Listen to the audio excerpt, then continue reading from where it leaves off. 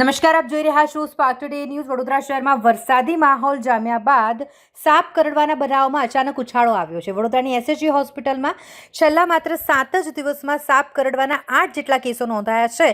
જોકે રાહતના સમાચાર એ છે કે હોસ્પિટલ તંત્ર દ્વારા તમામ દર્દીઓને સમયસર એન્ટી સ્નેક વેનમ આપીને યોગ્ય સારવાર પૂરી પાડવામાં આવી રહી છે. શહેરમાં બદલાતું હવામાન અને વરસાદી માહોલ વચ્ચે સાપ બહાર નીકળવાની ઘટનાઓ વધી છે અને સાપ કરડવાના દર્દીઓ પણ એસએચજી હોસ્પિટલના ઇમરજન્સી વોર્ડમાં વધારે પહોંચી રહ્યા છે. માત્ર છેલ્લા 7 જ દિવસની વાત કરીએ તો 8 જેટલા સાપ કરડવાના કેસ સામે આવ્યા, જેના કારણે તંત્ર પણ એલર્ટ થઈ ગયું છે.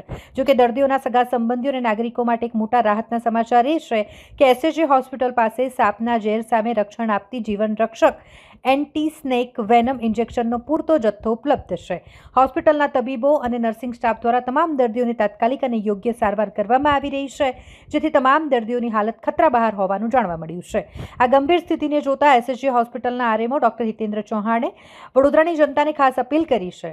વરસાદ કે પાણી ભરાવાની સ્થિતિમાં બહાર નીકળતી વખતે સાવચેતી રાખવી જોઈએ. જો કોઈ વ્યક્તિને સાપ કરડે તો ભૂવા ઢૂંઢનારા કે અંધશ્રદ્ધાના ચક્કરમાં પડ્યા વગર અથવા કોઈ પણ પ્રકારનો ઘરગથ્થુ ઇલાજ કર્યા વગર તરત જ નજીકની સરકારી હોસ્પિટલનો સંપર્ક કરવા માટેની પણ સલાહ આપવામાં આવી છે. સમયસર જો હોસ્પિટલ પહોંચી શકાય તો દર્દીનો જીવ બચી શકે છે. ચોમાસાની ઋતુમાં સ્નેક બાઇટના કેસીસમાં પણ વધારો થતો હોય છે.